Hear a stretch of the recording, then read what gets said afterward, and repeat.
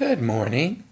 It's Sunday, it's the Lord's Day, and it's the 4th of July. Happy birthday, America.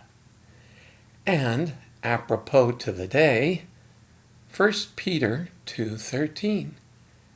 Be subject to every human institution for the Lord's sake, whether it is king as supreme or governors as those he commissions to punish wrongdoing and praise those who do good.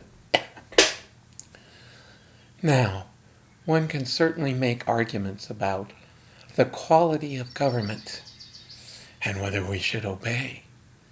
I always remind people that Peter and Paul, Mary wasn't with them at the time, were subject to one of the worst governments in a sense, at least in terms of its persecution of Christians and the way it treated people, the Roman government.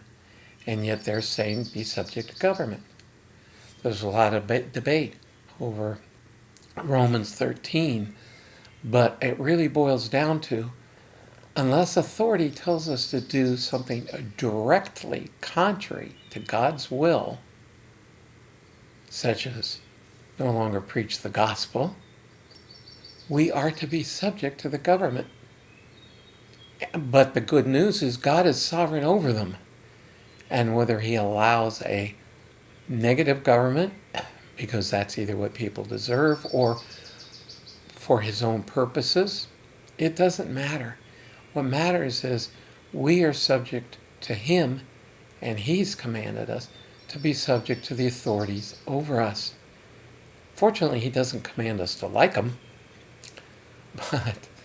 But keep in mind, the most important thing is that one day that authority over the world will be Christ. And people will have to serve him. And as we know, at the end of the millennium, they rebel and rise up against him. So even when there's perfect government, there's a whole lot of people that don't like it. But as Christians, we're to be subject to it. So have a great 4th of July. Thank God that he is in control, because that's certainly something we can praise him for and to thank him for. And I'll see you again tomorrow. Bye.